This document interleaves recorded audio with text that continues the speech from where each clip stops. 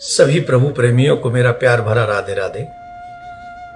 इस वीडियो में हम चर्चा करेंगे सर्वपितृ अमावस्या के विषय में, जो कि हम सभी सनातन धर्म अवलंबियों के लिए बहुत महत्वपूर्ण है। शास्त्र ऐसा कहते हैं, एक बार अगर देवताओं की पूजा में कोई चूक हो जाए तो कोई बात नहीं, परंतु पितरों की पूजा में कोई भी चूक नहीं होनी चाहिए। 15 दिन के लिए हम सभी के पितर इस पृथ्वी पर आए हुए हैं और हमसे उनकी कुछ आशाएं हैं। उन आशाओं पर खरा उतरना प्रत्येक सनातनी उनके वंशजों का दायित्व है। आप लोग समझिए कि इन पितृ दिनों में कई लोग ऐसे हैं जिन्हें ये पता ही नहीं है कि हमारे पितरों का कौन सी तिथि में श्राद्ध था, तो न वो श्राद्ध कर सके, न वो तर्पण कर सके और ना ही पिंडदान कर सके। और तो और हम क्या कहें, कईयों को तो इस चीज की परवाह भी नहीं है, बल्कि ऐसा करने से ऐसा कुछ नहीं होता है, वो पल्ला झाड़ने के लिए भी तैयार बैठे हैं। परंतु ऐसा नहीं है। शास्त्र कहते हैं कि जब हम अपने पितरों को तृप्त नहीं कर पाते जल, तेल, अन्न से, तो वो हमें शाप देकर जाते हैं।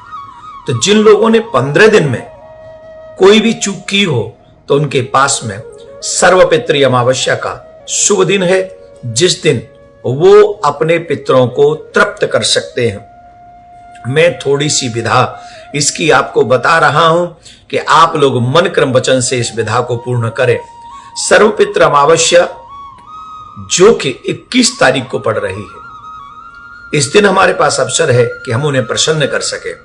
सूर्योदय से पहले स्नान करें, दक्षिण दिशा की ओर मुख करके संकल्प करें, तर्पण कुश तिल जल लेकर मंत्र जो आपको उच्चारण करना है वो ध्यान से सुने। ओम प्रत्यभ्य ओम पितृभ्य सुधाय नमः, ओम पितृभ्य सुधाय नमः। इस मंत्र को अवश्य उच्चारण करें, इससे हमारे पितृ बहुत जल्दी प्रसन्न होते हैं। और ये मंत्र बोलते हुए ही हमको तर्पण करना चाहिए। और फिर पिंडदान यदि संभव हो तो हमें आटे के चावल के आटे से पिंड के गोले, मतलब गोला बनाना चाहिए, लड्डू जैसा बनाना चाहिए, और उसको तिल व जल के साथ दक्षिण दिशा की तरफ मुख करके उसे अर्पण करना चाहिए। इस विषय में दान में अन्न, जल, वस्त्र, तेल, गुड़ और विशेष बात, जल से भरे हुए 3 गड्ढे, मिट्टी के गड्ढे अगर दान करें तो बहुत ही सुंदर होता है। ब्रह्म भोजन इत्यादि आप करवाते ही हैं।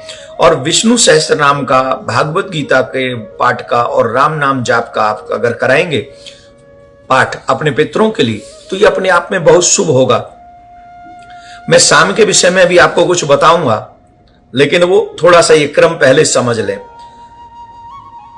सुबह स्नान के बाद में क्रम से हम लोग संकल्प पहले करेंगे, फिर तर्पण करेंगे, फिर पिंडदान करेंगे, ब्राह्मण भोजन इत्यादि कराएंगे। और इस तर्पण में अगर किसी आध्यात्मिक नदी का जल हो तो फिर कहना ही क्या है।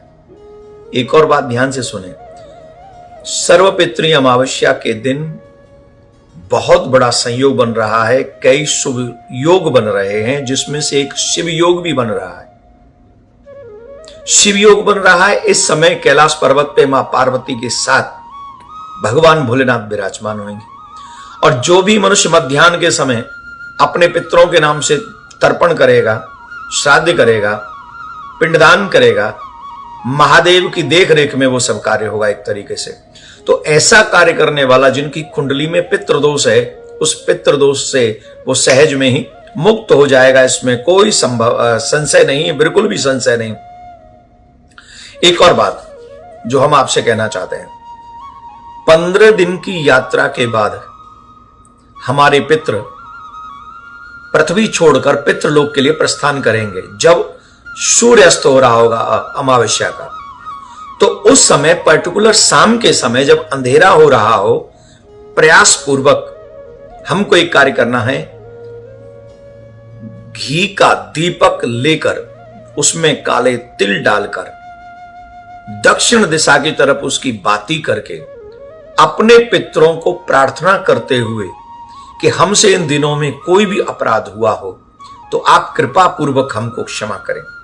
हम नादान हैं, हम बालक हैं, आप श्रेष्ठ हैं, आप हमारे पितृगण हैं, अपराध हुआ हो तो क्षमा करना। अब बताइए इसके पीछे रीजन क्या है? अमावस की रात बहुत डार्क होती है, बहुत अंधेरी होती है और रात्रि में उनको जाना होता है। और जो भी वंशज उनके नाम से दीपक जलाते हैं, चाहे जमुना के तट पे, गंगा के तट पे, किसी नदी के तट पे, किसी तालाब के तट पे, अगर आप नहीं भी जा सकते तो अपने घर में ही दक्षिण दिशा की तरफ मुख करके आप वहां दीप दान करिए। तो जब अंधेरी अमावस की रात्रि में हमारे पितरों को आपके द्वारा दिए हुए दीप दान से जब उन्हें प्रकाश मिलता है तो 15 दिन की त्रुटियों को भूलकर उस प्रकाश से प्रभावित होकर वो आपको आशीर्वाद देते चले जाते हैं। और जब पितृ आशीर्वाद देते हैं तो धन बढ़ता है, सुख बढ़ता है, संतति बढ़ती है, मन में शांति बढ़ती है, बिजनेस बढ़ता है और भजन भी बढ़ता है। भजन बढ़े इसलिए, संतति बढ़े इसलिए, परिवार बढ़े इसलिए हमको अपने पितरों का आशीर्वाद सर्वपितृ अमावस्या के दिन लेना ही चाहिए। तो यही उपाय मुझे आपको बताने हैं जो मैंने बता दिए हैं। मेरा निवेदन है, बहुत सारे सनातनी ऐसे हैं जो ये नहीं जानते हैं, आप उन तक भी ये वीडियो पहुंचा दें और सभी सनातनियों को पितरों का आशीर्वाद दिलाने में उनका सहयोग करें। बहुत बहुत धन्यवाद। राधे राधे।